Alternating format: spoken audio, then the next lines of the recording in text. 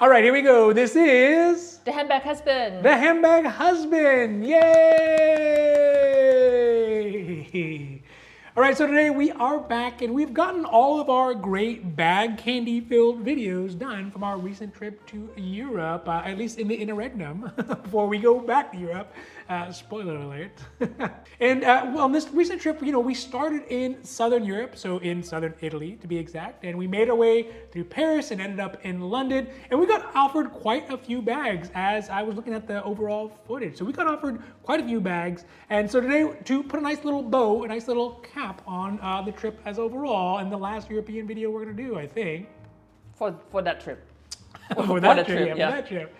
We're going to talk about all the bags that we got offered on our Hermès capades through Europe and what we turned down as well as what we actually got. Now, before we get to it, if you like these videos, if you like the bag candy, and oh boy, do we have bag candy for you, but also if you like the general conversation, the Hermès milieu, if you will, don't forget to like and subscribe because it does really help the channel grow. And of course, we are so thankful for that. Thank you. And we are also growing, so thank you.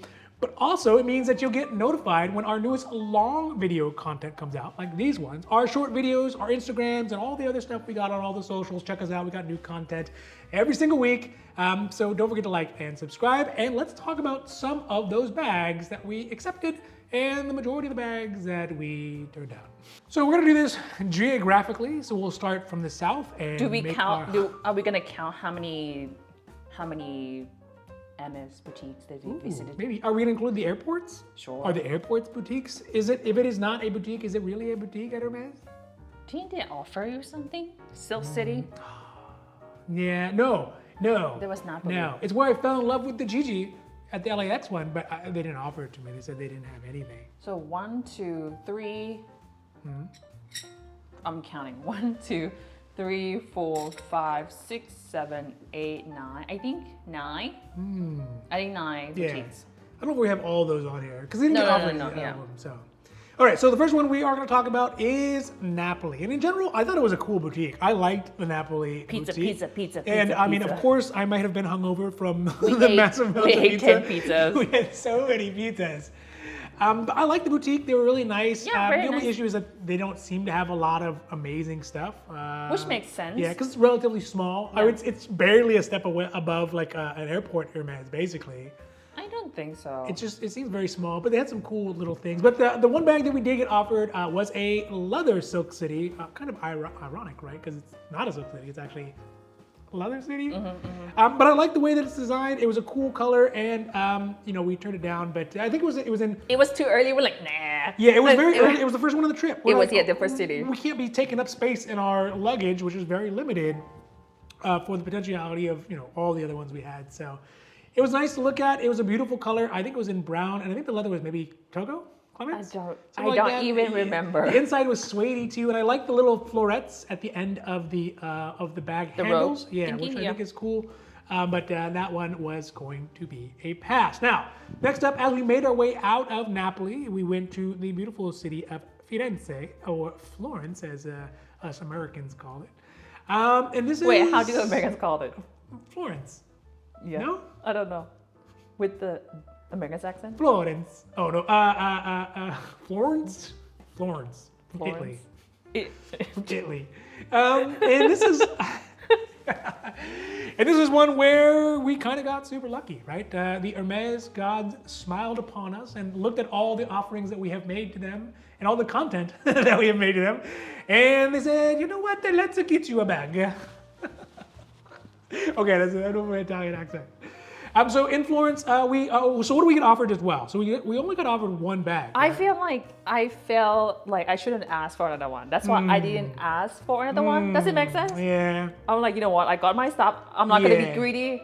I'm gonna shut up and then thank you. Take it and I'm like, okay. Yeah. So I think that's what that. I feel like if I would have asked for another non-quota bag, like very low in the pyramid, I might bring another, but I would just not worth it. So or something like an SLG or something like that. You probably could have got. We got some. I guess we got some, right? We got some what's it called? The bandolier. No, the Calvi Duo. Oh, Remember yes, we got those? yes. We got the Buddy Charm. Yeah. But really, let's get down to what we got. Who cares? Who cares? Nobody cares. Nobody cares about Show me the bags. Which we got is this amazing Birkin in 30, what is this? 35. 35 in Clements leather. And of course, the most beautiful thing about it, the thing that I love most about it is that color, right? It's just like an aubergine. What is it about? Rouge? What is it called? Cellier. Cellier. Yeah. Yeah. In gold hardware. Oh, still smells brand new. And the size is right, the color is great, and the metals are exactly what I would want. So. The sticker's still on, but it's very beat up. I'm like, no. Never! It loses the value if you take the stickers off. No, but I open and close it so many times, so I'm like, no, I'm just gonna. It's all like haggard. Yeah. It's got like that one piece.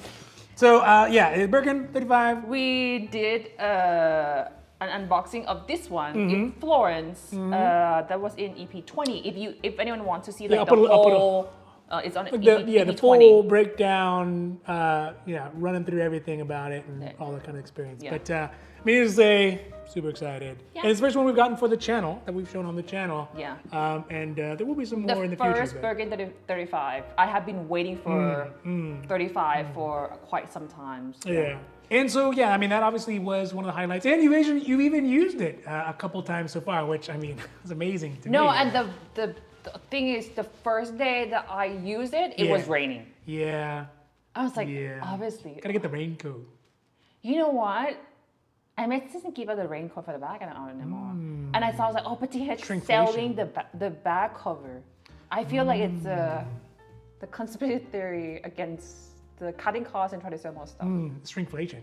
So after we had made our way through Florence, we were on to the big league with big hopes and big dreams when we made it to Paris. But alas, we didn't get offered things that we wanted, but we did get offered some stuff.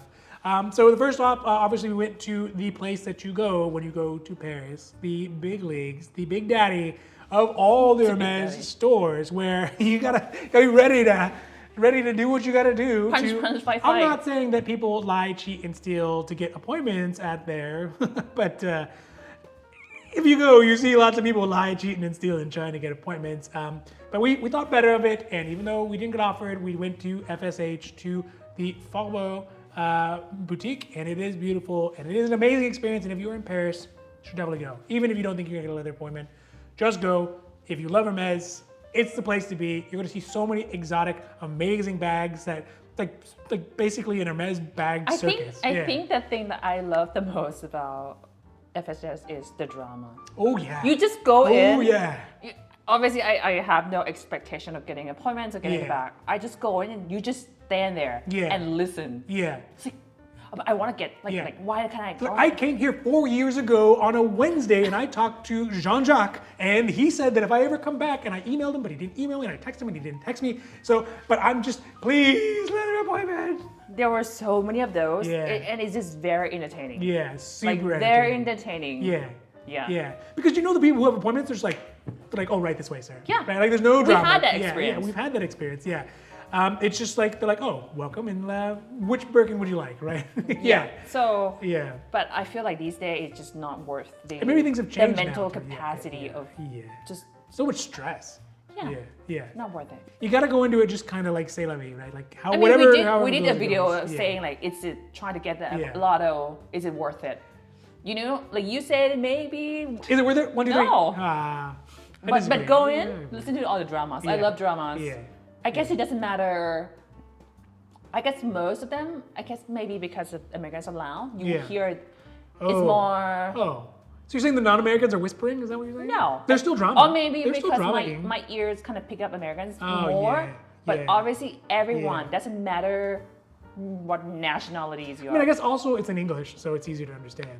Sure. Right. But like that French lady who's freaking out in Sev. Yeah. Right. I don't know what she was saying. I knew what she wanted, but I didn't know what she was saying. She almost like pounded the podium a little bit. Yeah. She's like, don't you know who I am? So it's just entertaining. Yeah, it is very, very entertaining. Yeah. Yeah. And it's like, oh, I'm gonna wait for a cancellation. So there's no cancellation. I'm gonna wait here. Because I'm leaving tomorrow. You know, those kind of things. People are missing like their children's graduations to come to their FSH appointments. Right? So they're not gonna be like, oh, you know, it's raining, I'm not gonna come in today. So FSH, cool, go check it out. But we didn't get offered anything. Sad. Yeah, but we also didn't turn anything down. So next up, we made our way outside of FSH, and it was on the same day, and oh boy, were our dogs barking that day. Feet were so sore. But we made our way over to the next boutique, which I personally like better than SFH. FSH, you should go. Go, definitely. But Sev, I like it better. I like the vibe. I like the way that they do their leather stuff because, well, we guys for men's leather appointments. I like the fact that you go in and it was like ta-da because like it's almost like a small walkway and then ta-da. You know what I'm talking about? Yeah. Like a big hall. Yeah, absolutely. It feels grand, and then you have like the stair walking down. I feel like it's the feel is more grand. Yeah, it is very grandiose, right? Just like you're in a giant. It was a swimming Hermes, pool. I mean, it was a swimming pool, and it feels like a swimming pool. Yeah. Whereas FSH feels like, you know, you're in someone's fancy basement or something. No, right? FSH feels like it's all very, very small and like cramped and like, just people everywhere. Too many renovations without planning. Yeah. You know what I'm talking about. I mean, I've heard of what you're talking about. I'm not saying that I know that you don't inform the city about additional rooms. It's almost like then you know what? It's too small now. I'm gonna add a little bit over here. I'm gonna add a little bit over here. That's what I feel about Maybe it. it was done before Paris had a planning committee. I don't know. But it does feel very like. Yeah. Anyway, Sev, absolutely great. They don't require a leather appointment for men's goods. And this is one of the places in Paris that we did actually get offered something. And something... Both men's and women. Both men's and women's. And also a very good something. Something that we had to consider. You know, but we obviously ultimately turned down. The first of which was a Kelly Depeche, I think 28 maybe, or somewhere around there.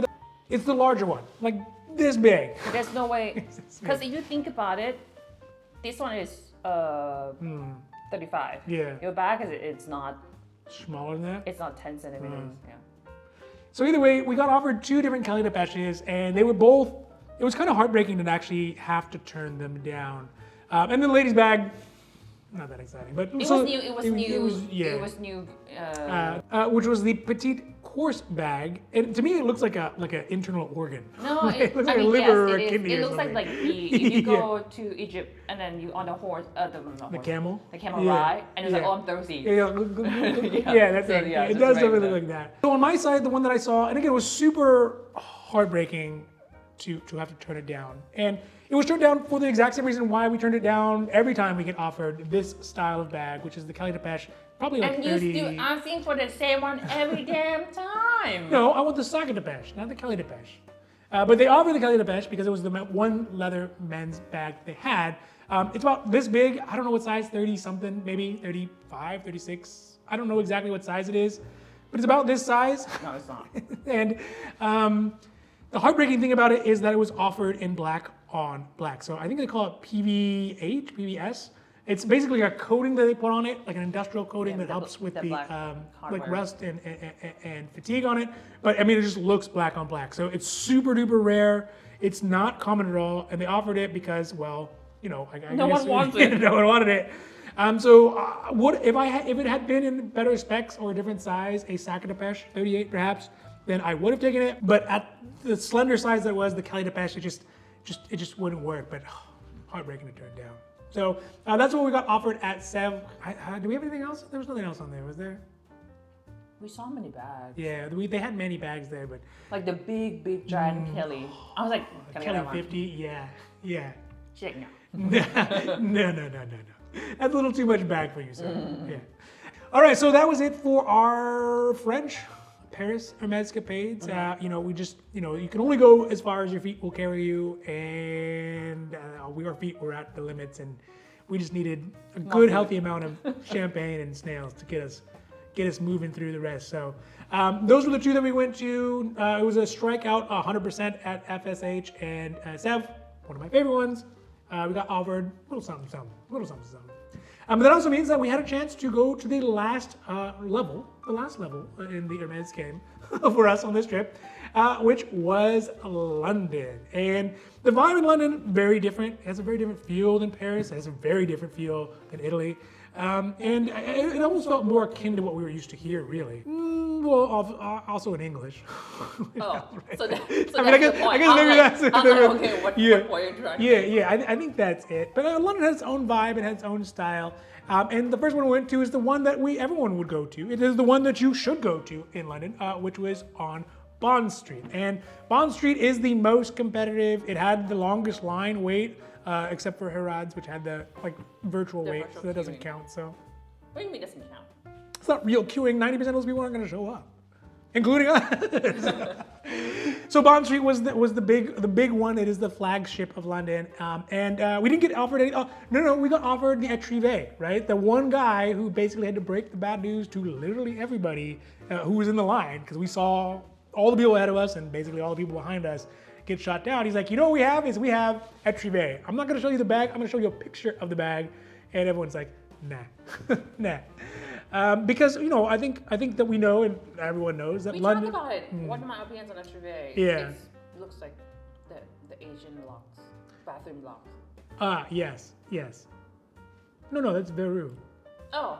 Etrivet is just like the carry-all bag. This one. Yeah.